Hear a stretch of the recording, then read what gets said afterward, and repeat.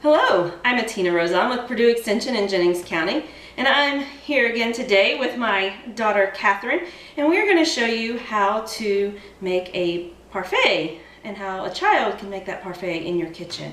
So Catherine, would you want to go ahead and get started with us? Yes. Okay, so she's going to start off by cutting up some fruit for her parfait. The beauty of a parfait is that your child can decide what they want in their parfait. Easy ingredients such as yogurt, fruit, use what's in season. I don't have any peaches here, but I just saw recently we've got some peaches coming in supply at our local grocery, so that may be something you would want to add, or cherries. Keep it up to the child again. As we've mentioned in some of our other videos, just let them decide.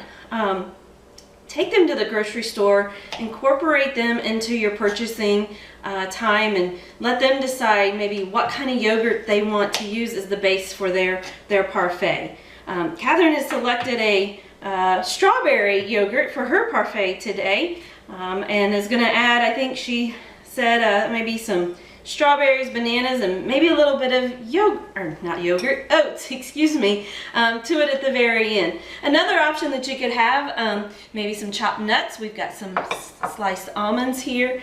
Again, it's like we talked about with the trail mix. It's really up to the child as far as what they might want. And layering that, they can do as much as they want. If they want to put the whole container of yogurt and then top it with the fruit, let it be. Or if they want to do a little bit and then some fruit, as Catherine is demonstrating here, that is fine. So while she's finishing that up, I just wanted to kind of maybe show some other things that you might want to think about in terms of having a child working with you in the kitchen to kind of build that interest. As you can see here, I have some fun little cooking utensils that I had purchased for Catherine when she was smaller that she was using. These are a great way, even if they're young and not maybe at the point that they can actually do anything in the kitchen, that they can just play with these. It helps to introduce them and build that interest of what is that, being inquisitive about what these tools might be as they see their parents utilizing them. And then as they get a little older, you may have seen Catherine was actually using a paring knife. She started off by just using, a plastic knife to learn how to chop.